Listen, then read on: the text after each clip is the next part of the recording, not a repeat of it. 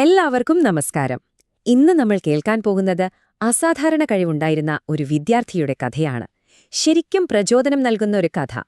അദ്ദേഹത്തിന്റെ ജീവിതത്തിൽ നിന്നുള്ള ഒരു വലിയ പാഠം നമുക്കിന്ന് മനസ്സിലാക്കാം. നമ്മൾ ഈ കേൾക്കാൻ പോകുന്ന കഥ എടുത്തിരിക്കുന്നത് ഗായത്രി പരിവാറിന്റെ സചിത്ര ബാലകഥകൾ എന്ന പുസ്തകത്തിൽ നിന്നാണ്. അപ്പോൾ കഥ തുടങ്ങുന്നത് തൃച്ചിനാപ്പള്ളിയിലാണ്. അവിടെ ഒരു സ്കൂളിലേക്ക് പ്രവേശന പരീക്ഷ എഴുതാനായിട്ട് ഒരു കൊച്ചുമിടുക്കനെത്തുകയാണ്.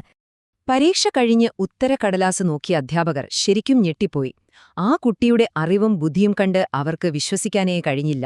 അത്രയ്ക്ക് ഗംഭീരമായിരുന്നു അവന്റെ ഉത്തരങ്ങൾ. അപ്പം ഒരു അധ്യാപകന് ഇത് കണ്ടിട്ട് സഹിക്കാൻ പറ്റിയില്ല.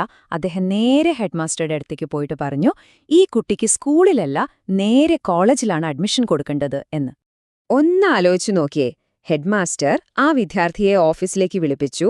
എന്നിട്ട് പറഞ്ഞു, മോനെ, നിനക്കിനി സ്കൂളിൽ പഠിക്കേണ്ട, നേരെ കോളേജിൽ ചേരാനുള്ള അവസരം തരാം എന്ന്. ഇതൊരു സുവർണാവസരം തന്നെയായിരുന്നു. ഇങ്ങനൊരു ഓഫർ കിട്ടിയാൽ നമ്മളൊക്കെ എന്ത് ചെയ്യും? ഉറപ്പായും ചാടിക്കേറി സമ്മതിക്കും, അല്ലേ? പക്ഷേ ആ കുട്ടി എന്ത് ചെയ്തെന്നറിയണ്ടേ? അവിശ്വസനീയമായിരുന്നു അവന്റെ മറുപടി. അവൻ വളരെ വിനയത്തോടെ പറഞ്ഞു, എനിക്ക് നല്ല മാർക്ക് കിട്ടിയെന്നത് ശരിയാണ്. പക്ഷേ അതുകൊണ്ട് മാത്രം നമ്മൾ കാലങ്ങളായി തുടരുന്ന ഒരു വിദ്യാഭ്യാസ രീതി തെറ്റിക്കുന്നത് ശരിയല്ലല്ലോ. അവന്റെ കാഴ്ചപ്പാട് വളരെ ലളിതമായിരുന്നു. പുരോഗതിയുടെ ഏറ്റവും മുകളിലെത്താൻ നമ്മൾ ഓരോ പടിയും ചവിട്ടിക്കയറി തന്നെ പോകണം. അല്ലാതെ ചാടിക്കയറുന്നതിൽ എന്താണൊരർത്ഥമുള്ളത്? ഞാൻ മാത്രം എന്തിന് ആ ക്രമം തെറ്റിക്കണം? ഇതായിരുന്നു അവന്റെ ചോദ്യം.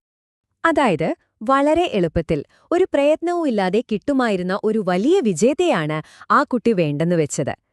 ആ ഒരു ധൈര്യം, ആ മൂല്യബോധം. അങ്ങനെ പറഞ്ഞ ആ വിദ്യാർത്ഥി ആരായിരുന്നു എന്ന് നിങ്ങൾക്ക് മനസ്സിലായോ? അത് മറ്റാരുമായിരുന്നില്ല, ഇന്ന് ലോകം മുഴുവൻ അറിയപ്പെടുന്ന ചന്ദ്രശേഖര വെങ്കിട്രാമനായിരുന്നു അത്. അതെ, ശാസ്ത്രലോകത്തെ തന്നെ മാറ്റിമറിച്ച അതുല്യമായ കണ്ടുപിടുത്തങ്ങൾക്ക് ലോകത്തിലെ ഏറ്റവും വലിയ ബഹുമതിയായ നോബൽ സമ്മാനം നേടിയ നമ്മുടെയെല്ലാം സ്വന്തം സി.വി. രാമൻ. അപ്പോ ഈ കഥയിൽ നിന്ന് നമുക്ക് എന്തു മനസ്സിലാക്കാം?